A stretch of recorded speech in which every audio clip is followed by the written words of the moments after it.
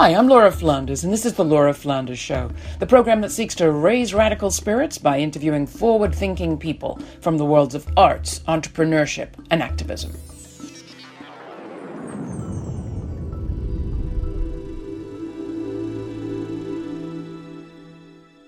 May Day. In much of the world, it's a workers' holiday celebrating the achievements of the organized labor movement, like the 8-hour workday and the weekend. It's been a day of labor protest going back over 200 years, but also a day of defiance going back even further, and celebration of spring, rebirth, community, and defense of the commons. On today's program, we celebrate the resilience of activists and their demands, which haven't changed all that much over the centuries. And we feature some of the actors behind this year's May Day, from Beyond the Moment, a cross-movement coalition, and others. After the election, I was looking for something utilitarian that people could actually get engaged with, that was connected to what I thought was more of a long-term perspective of the issues they're going to be facing. Agunda Okayo, writer, activist, and founder of Hater-Free New York City.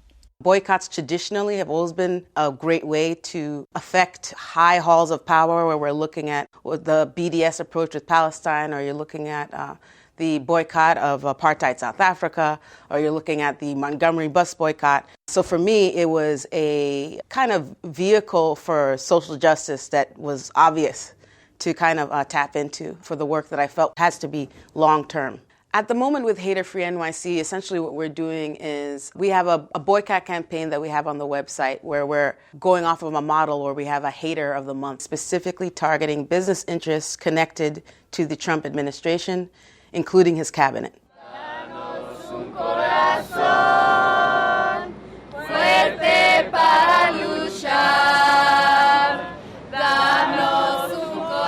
Cosecha is a nonviolent movement that is fighting for the permanent protection, dignity, and respect for all immigrants. Thais Marquez, volunteer organizer with Cosecha. Cosecha launched in February of 2016, so we're only about a year old. We want to create a 7-day strike where immigrants don't go to work, they don't go to school, and they don't buy. And we recognize that our power lies in our labor and consumer. Our first principle, our first and foremost, is that we want to be grounded in the pain of the immigrant community. So recognizing that what we're calling for, a strike, especially a 7-day strike, is a huge risk. Right now we have 24 volunteer organizers, and we have visited about 40 cities. We realized that to really make May 1st real, we sort of have to be there for our community as much as possible, support them. And so we've really been supporting cities that we've been visiting in doing outreach in their own community, and especially to do actions. Where it's either something small, like a banner drop, where 5 people choose a highway and they just drop a banner, to salsa shutdowns where there's 50 people just dancing in the middle of a grocery store. Salsa shutdown!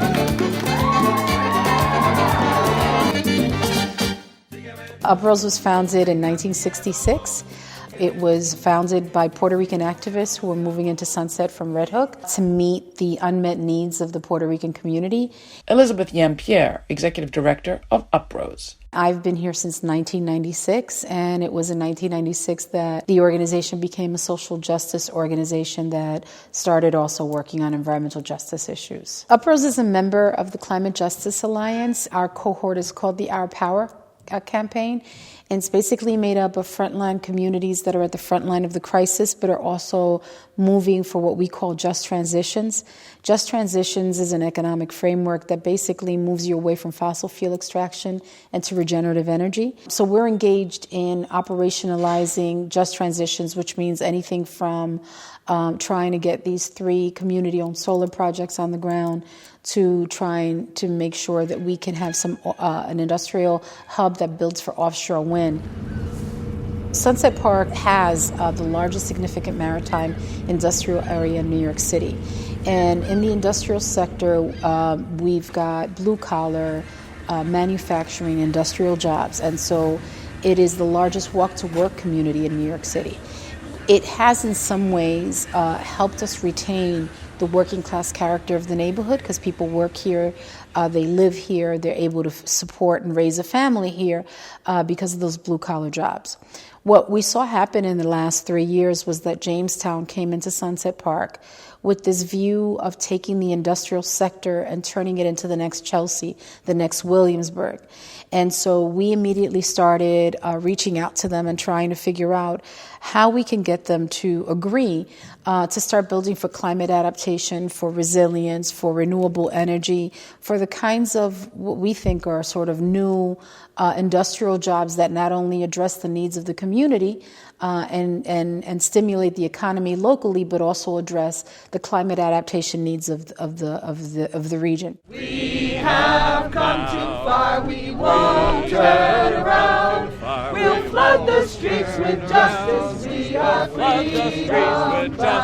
We have come too far. Sanctuary, I think, it's an interesting concept, and it's quite open concept. Michelle Castaneda, volunteer at the New Sanctuary Coalition. It's up to us to figure out, to put in the policies that make sanctuary meaningful. It also comes from this long tradition of spaces, houses of worship, particularly being kind of the last place of refuge and the strongest place of refuge for people who are persecuted and people who are vulnerable. Millones de personas sufren el dolor y la angustia de no poder vivir con dignidad. Por ello, hoy venimos ante ti, frente a este muro simbólico de la injusticia que nos divide a todos. So some of our main projects that are ongoing are the accompaniment project. We pair you up with somebody who's going to be going into 26 Federal Plaza, which is where the immigration courts are, for some kind of hearing or to do a check-in. If you have an order of deportation and you have to go present yourself, and then this officer will determine whether to tell you, okay, come back in a month, come back in 5 months, or, I'm taking you away. That serves some practical purposes, like, helping make sure that all the forms that we need to have are there, helping make sure if there's any irregularities that we are keeping track or anything like that. But then it also serves another kind of function that's more difficult to describe, and that is, I think, what happens when somebody who is used to going through a humiliating machinery of the state system alone has people by their side. And on the flip side of that, what happens when someone who's more privileged, who's a citizen, who's used to interacting with the state at a certain level of, a certain expectation of a certain level of respect, timeliness, transparency, what happens when they, by walking with an undocumented person, feel firsthand the way that person is being treated. You're listening to the Laura Flanders Show, the place where the people who say it can't be done take a back seat to the ones who are doing it. This week, a special report on the cross-movement organizing that went into this year's May Day rallies May 1st. If we're going to shift the culture from consumerism, competition, and war, we're going to need media that's invested in that shift, not the sort that's funded by the oil and missile companies. So will you help us stay free by becoming a contributing member of this program? We've launched a May Day to Memorial Day membership drive with a $20,000 goal. Will you help us meet it? Find out how and how we're planning to thank you at lauraflanders.com. And thanks. I joined Iraq Veterans Against the War in 2013, and this was after a writing group called Warrior Writers, which gets veterans to discuss their experiences. It was just a lot of, shame around, how my service, during my deployment interfered with, these people's freedoms. Claude S. Copeland Jr., member and co-chair, Iraq Veterans Against the War. We've been doing what's a campaign called Drop the Military-Industrial Complex, showing the connections that militarism is present in, around racial injustices, around police brutality, and even the 1033 program where, they sell military-grade weapons to local police forces. We want to stop militarism, but right now, how that looks on the ground realistically in our local communities, especially for, frontline communities internationally, like understanding, the investment in the military and the actions that it takes overseas, divest from, like our communities around, health issues, housing issues, and education. Iraq Veterans Against the War is a member of the It Takes Roots coalition, and they became a member of the Beyond the Moment larger coalition. And we had a lot of intersection around racial justice, economic justice, but like looking at it broadly through climate justice. We want to understand how we can help intersect our work into those other areas that Beyond the Moment has taken an umbrella of like 30 or more social justice and racial justice groups.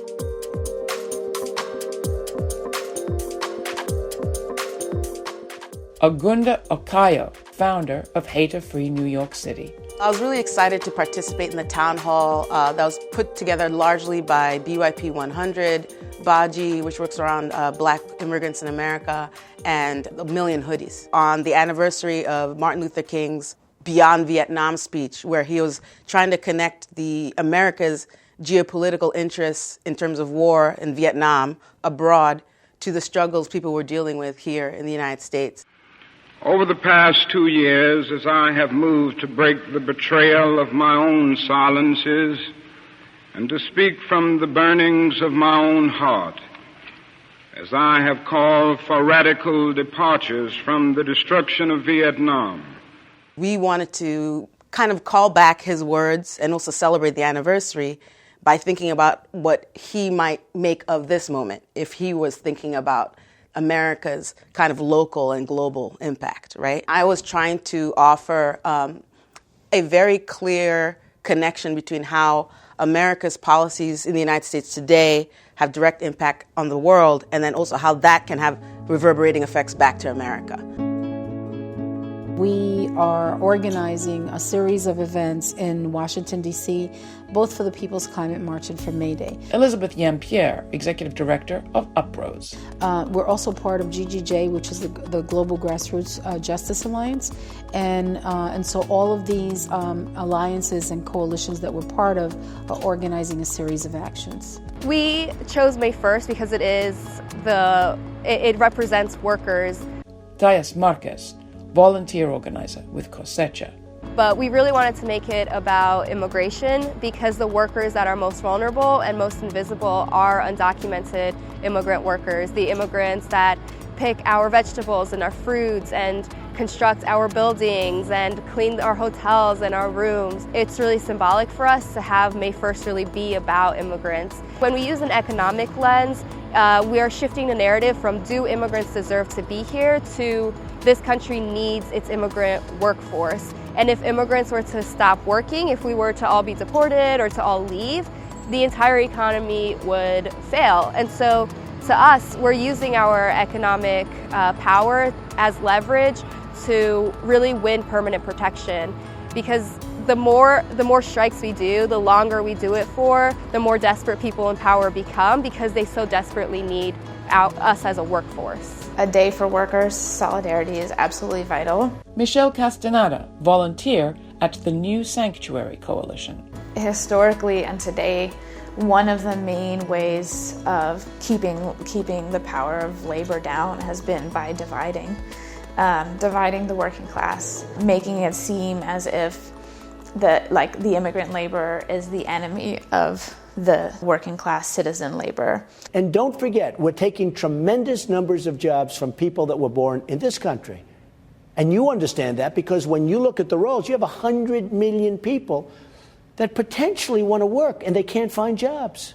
And so once we start recognizing what we have in common, what we have to gain in common, then we become extremely powerful. I think the issue is in this moment of resistance. Agunda Okayo of Hater Free New York City. I think everyone is getting to a point where they're thinking about where is the power?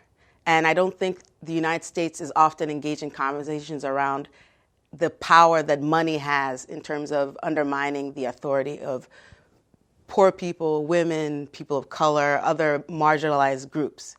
And that has to do, I think, with a larger challenge in this society around discussing class, discussing capitalism, discussing economic justice, and then you can take that all the way even to reparations. I'm interested in more recognizing the systemic problem and being instrumental in terms of supporting the resistance in that way. People do not often make the connection between brutal tactics of immigration enforcement and exploitation of immigrant labor. Michelle Castaneda, volunteer at the New Sanctuary Coalition. That connection needs to be drawn the way that terrorizing the immigrant community is a way of enforcing conditions of exploitation and promoting them in so many industries, whether we're going to talk about agriculture, domestic labor, the restaurant and service industries. Across the board, these things are going hand in hand right now.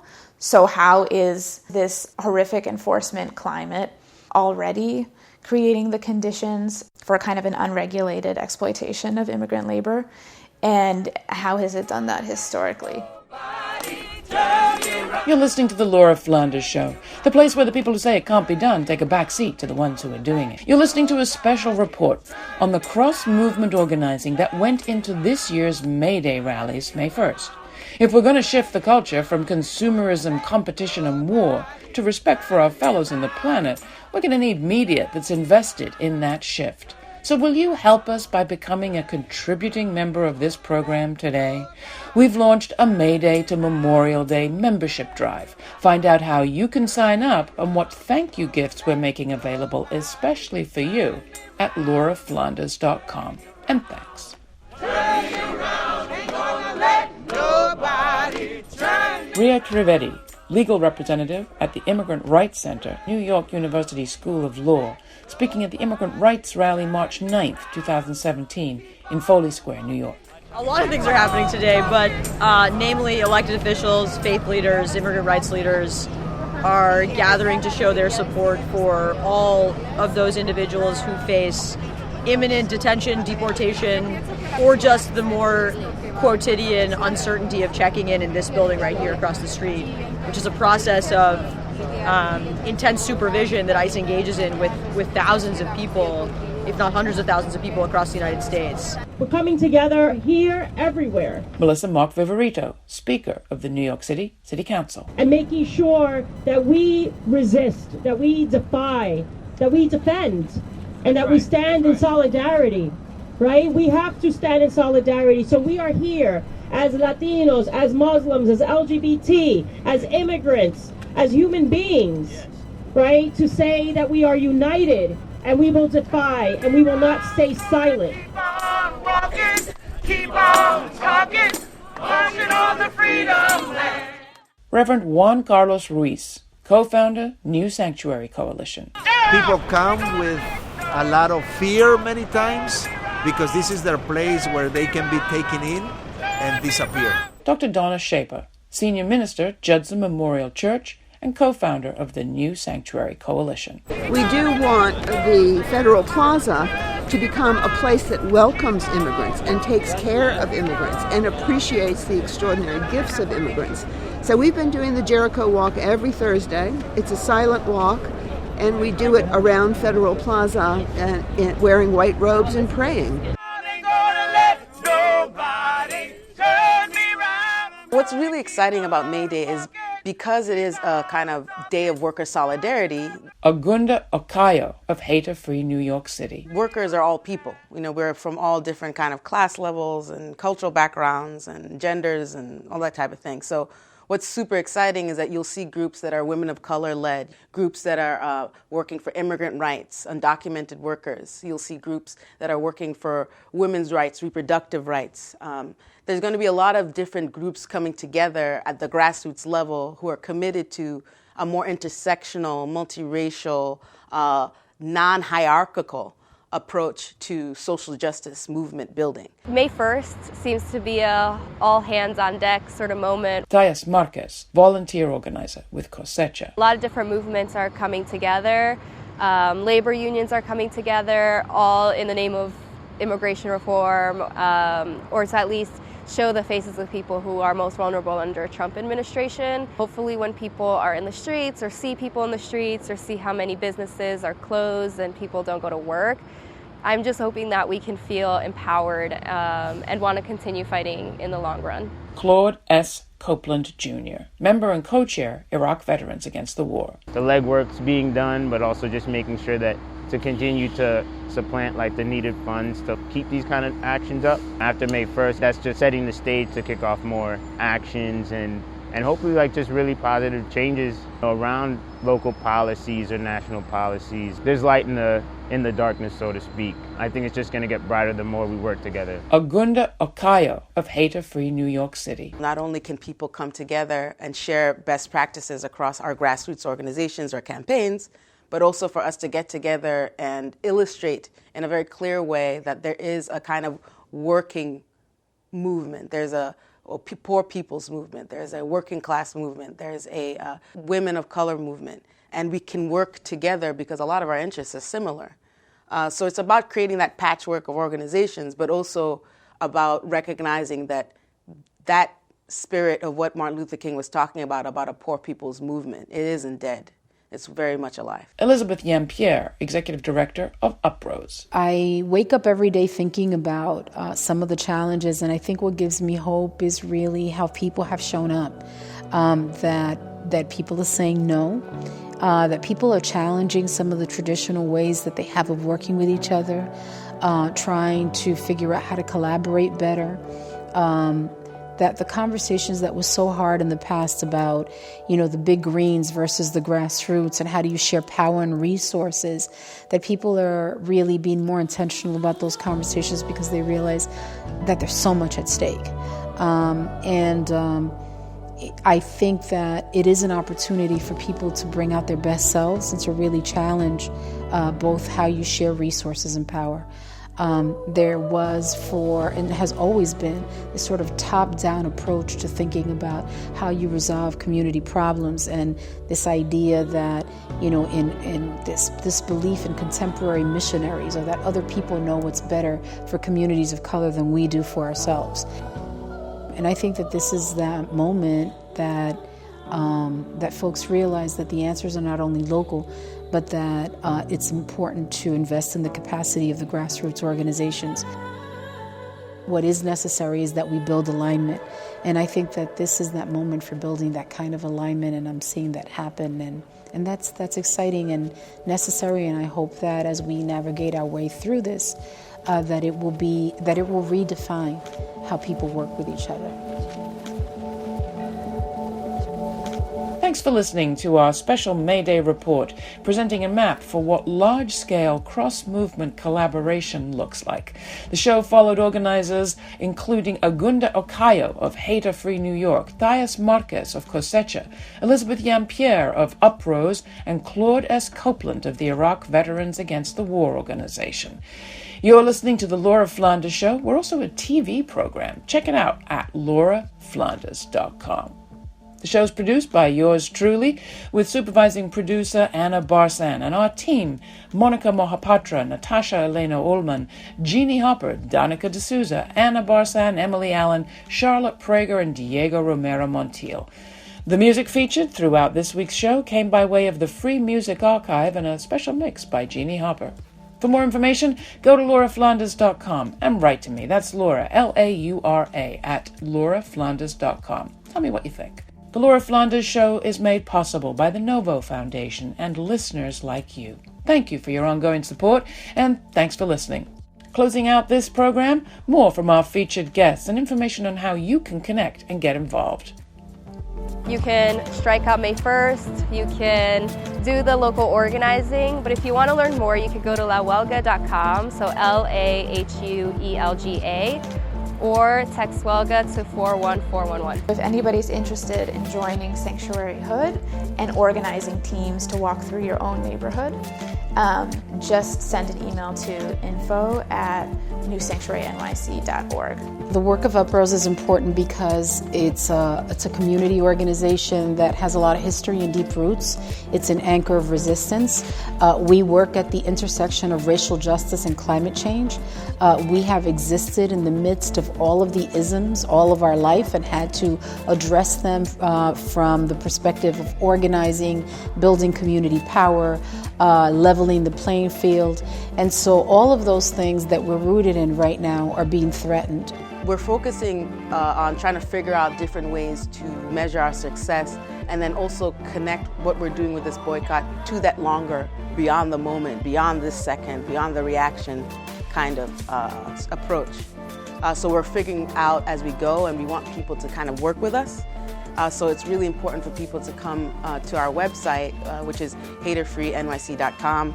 You can just go ahead and click a tab that says Join the Action, and then that way you're part of a mailing list where we'll consistently be updating you about what is the next target, what our next approach is, if there's a rally that we're attending, if there's an action that we're getting involved in, if there's a protest going on. That's like a very clear way for people to stay connected.